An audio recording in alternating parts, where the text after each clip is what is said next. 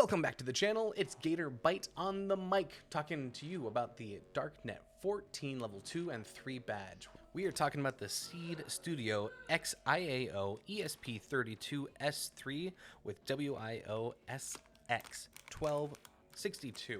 So as we go through and unpackage this, you're going to actually see at least two different boards and two different antennas here. The fun fact is that you can actually get these from a few different places, including directly from Seed. I'll make sure to drop links in the description below. You have two antennas that come with this package, which are both the small flat antennas. This one that I'm holding is the skinny one specifically for the LoRa side of the house. The other one says 2.4 gigahertz, which means it's for the Wi-Fi and for the Bluetooth. As I'm unpackaging this part, this is actually the ESP32 that has soldered pins on it already. You can pick up versions that don't have the soldered head. In our use case and what we're trying to go through and do this year, we wanted to get the soldered ones. So you have your two different parts of the hat.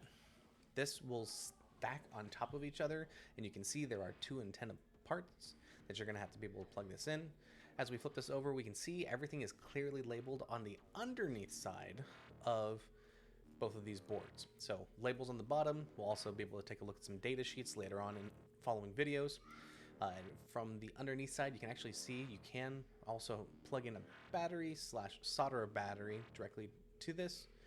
And as we're going through and looking at both of these connectors are pretty sensitive.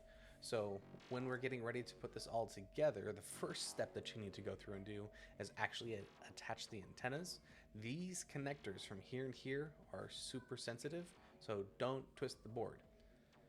To start off with though, let's first plug in the first antenna on the bottom, which is specifically set up for the ESP32, which handles both Wi-Fi and Bluetooth. Great. This is set. If it's put in correctly, it'll go from left to right with no problem. We're going to do the same thing to the LoRa radio antenna. And once it's snapped into place, it should be able to wiggle to the left and to the right. And then remove the sticker here before you plug it in together. This is imperative because if you apply these connectors without the sticky, there's a possibility of you severing the top board completely off.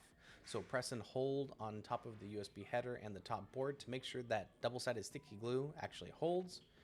And this is to make sure, do not twist this top board. You will destroy it and won't be able to use it. So with that, you also have a user interaction button here at the top. So when you're designing cases or when you want to interact with it, that's the way to go through and do it. You have the ability for you to move the antennas to the left and right as you're going through and designing different case ideas or when you're laying this out on your PCB. So with that, that's the end of this video. We'll do follow-ups on how to flash Meshtastic firmware, and we look forward to seeing you at the con.